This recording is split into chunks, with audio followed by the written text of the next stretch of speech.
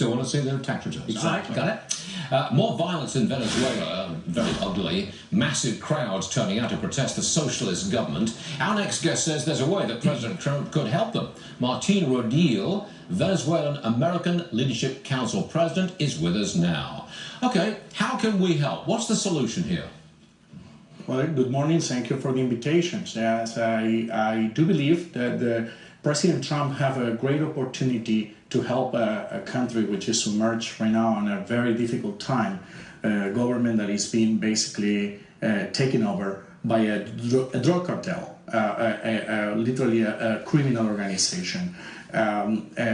We have to acknowledge that the President Trump started his term, and the very next day of the day he took over the White House, the process of designation of the current Vice President of Venezuela as a kingpin, that is a designation was requested during the President Obama, and it was halted, and President Trump moved forward and approved it with the new Secretary of Treasury.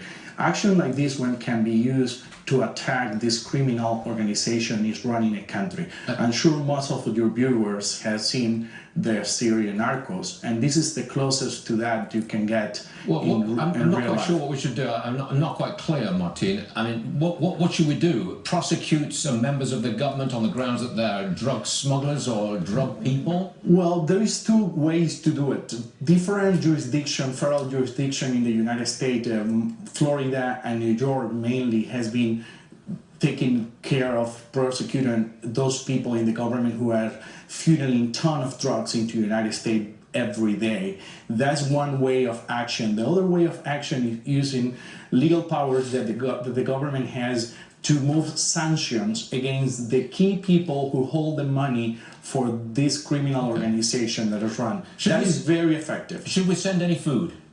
Well, the United States government, we heard that they're already preparing to have some humanitarian support eventually. The problem you have right now is as long as this criminal organization keep running the country, it's very hard to do it because they don't want the United States government to come and offer the help. But yes, at some point, it will be very well welcomed by the Venezuelans. Should we have our CIA have a quiet word with some Venezuelan generals and say, don't shoot your own people, get out the way because we're going to change power? Should we do that? Absolutely. I think yesterday in the Congress...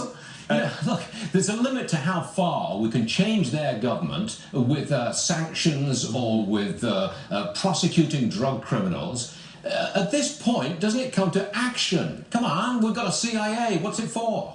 Absolutely agree with you. Yesterday, Director Mike Pompeo made a good statement on the Senate where he basically acknowledged that the Venezuelan militaries are allowing the colectivos, which is basically a copy of the Iranian Vasish, that the Venezuelan government copied from the Iranian regime, to transfer weapons and use civilians, which are basically paramilitaries, and I think this is a strong message can be basically delivered by the CIA. All right, good stuff. Martin Rodil, thanks for joining us, sir. We will see you again real soon. Thank you.